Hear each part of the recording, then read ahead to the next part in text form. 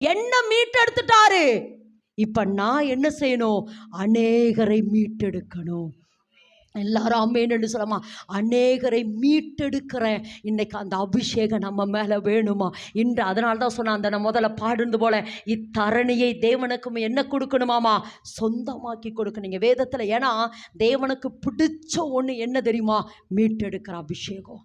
இன்னைக்கு ஏசப்பா சொல்லாருமா, யாருக்கு அந்த அபிஷேகம் வேணும்னு நீங்க கேட்குறீங்களோ அந்த அபிஷேகத்தை கர்த்தர் கொடுக்கிறார். ஏன்னா நீங்க வேதத்துல வாசித்தீங்கன்னா மோசேயை மீட்டெடுக்கிறவனாய் கர்த்தர் அனுப்பினார். ஆமென் என்று சொல்லலாமா? மோசே சாக்கு போக்கு சொல்றான். ஆனா அந்த ஸ்டெடியா நிக்கிற வரைக்கும், மோசையை தள்ளாடி கொண்டிருக்கிற வரைக்கும் மோசையை கர்த்தர் நம்பல.